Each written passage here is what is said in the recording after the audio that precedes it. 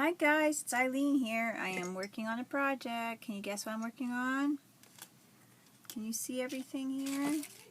I am working on fortune cookies. Yes, that's what I'm doing. Right now I was adding some layers to this one fortune cookie. This one's a 3-inch, is it a 3-inch cookie? I believe it's a 3-inch cookie. I was putting some cardstock. I found that it's not, you have to have cardstock. So do some layered papers, whatnot, you need some cardstock on the back of that. So my prints that I have done here are on printed paper. So if you want to use something like that to make your fortune cookies, you'll have to glue it to a piece of cardstock. I'm just going to show you some of the ones I have done already here.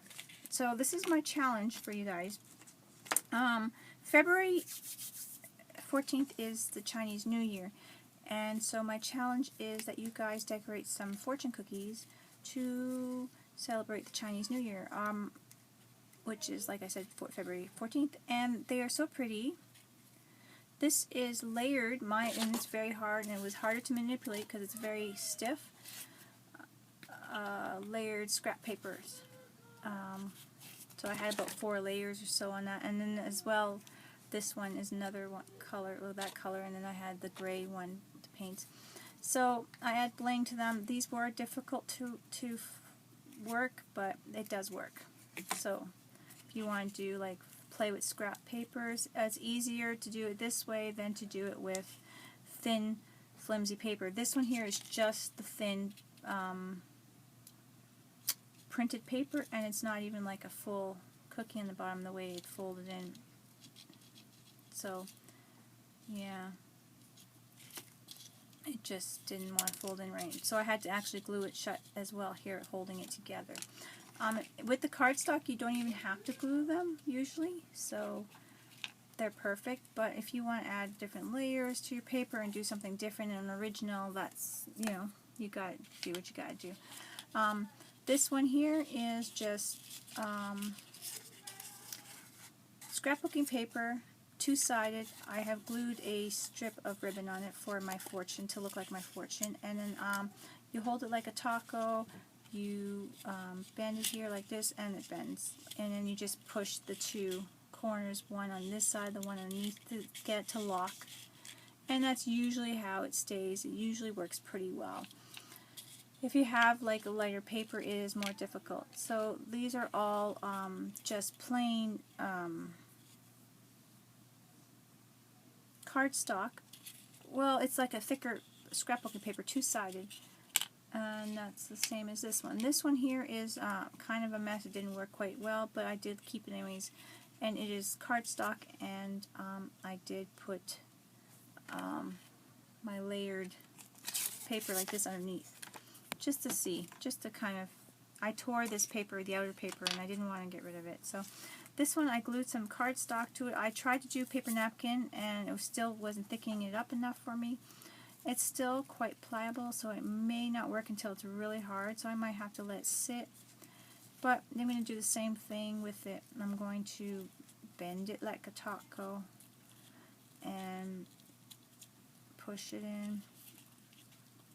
See if I can manipulate it here a little bit. It's going to be, because it's, it wants to move everywhere. It doesn't want to do it properly.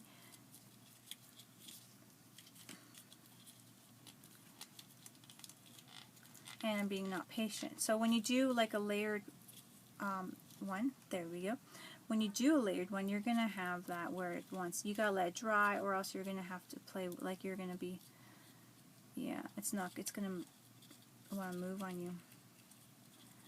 So I'm not sure how I wanted the beads on top. I wanted them like that, because I put beads on top, right? So, or if I wanted to fold it this way, I think I did. You kind of got room to play when you do this because it is soft, but, and I do have layers of tulle on here, so it's just play with it and manipulate it.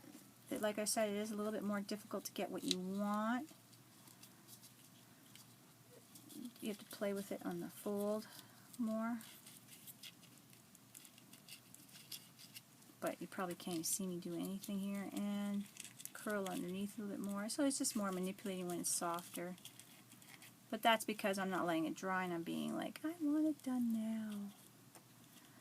So I'm pulling a, yeah, I don't know what you want to call it, pulling impatient crafter here. So that's it. And it is holding pretty good. So I mean, maybe I could even just put some clothespin in here. You never know, and it might just dry harder like that. I haven't done one like this yet. So there is another one, and this is what it looks like. After, if I don't like the blue, I could trim it up, and I'm going to add my lace to it, and that is how so far it looks. So I'm going to let it dry like that and see, and then let it go and see how it goes. So it's going to be a little more pinched, but I think that once I let it go, it's going to loosen. This one is, like I said, it's cardstock. I inked my cardstock with bleach, actually. It was like the bleach to take the color out. And I put gold ribbon in it, and nice trim here. So that's going to look really great. I have my centerpiece is all shells and different pretty rocks that were given to me by my mother, and then I put these around. I have a bowl of these now. Okay, I'm moving my camera again. I was talking about my centerpiece, and I'm like, okay, here it is. This is it. This is my centerpiece and my table now. It's got all these rocks and my shells for my mom. I have this bowl here that is a bowl of all the ones I've made, all the shells, just out of, fortune cookies, just out of cardstock. So I did those, and I really liked them.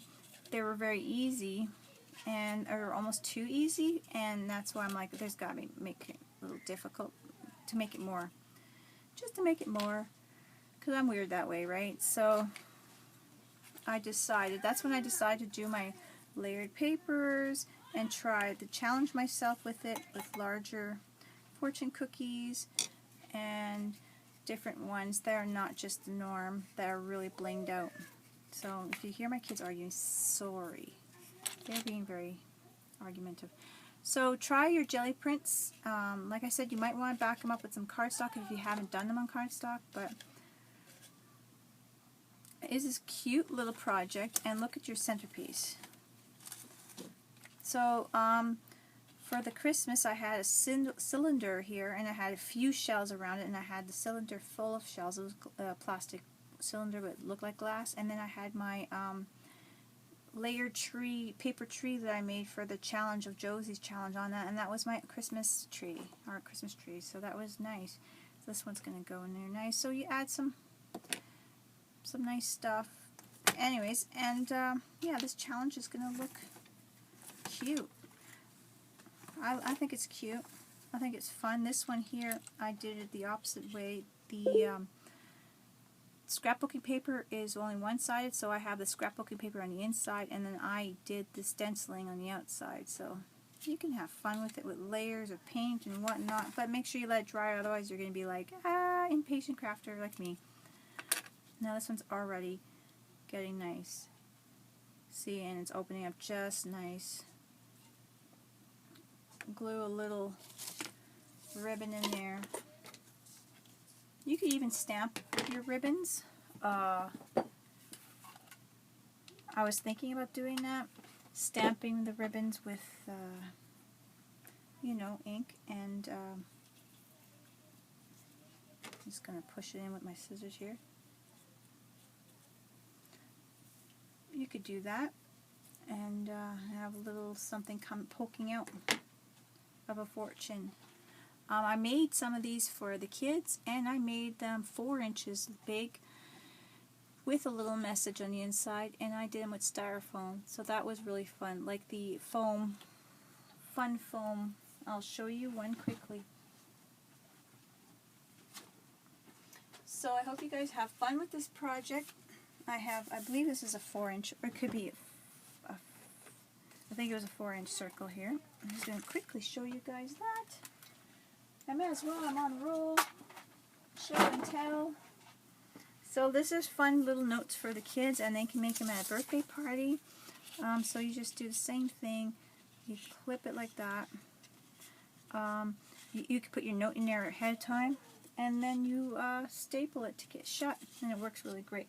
And I may have not have, oh yeah, I do have my stapler in here. If you staple it shut, I'll just do it with my right hand because that's the way I would do it.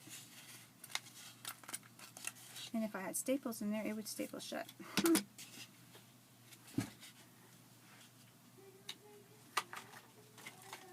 Back up, so I have my little mini stapler here, which probably is actually a better choice. There you go. So this is the children's version, and they love to have little messages too. So that's cute. So if you have little kids, I mean, if you have anything younger, you might want to use a glue. So, but I don't know, they might tear it apart anyway. But I mean, your kids gotta learn about, you know, you're not gonna give, I suppose you're not gonna give baby styrofoam anyways, they could bite it off. But in chunks when they have 1 or 2 teeth.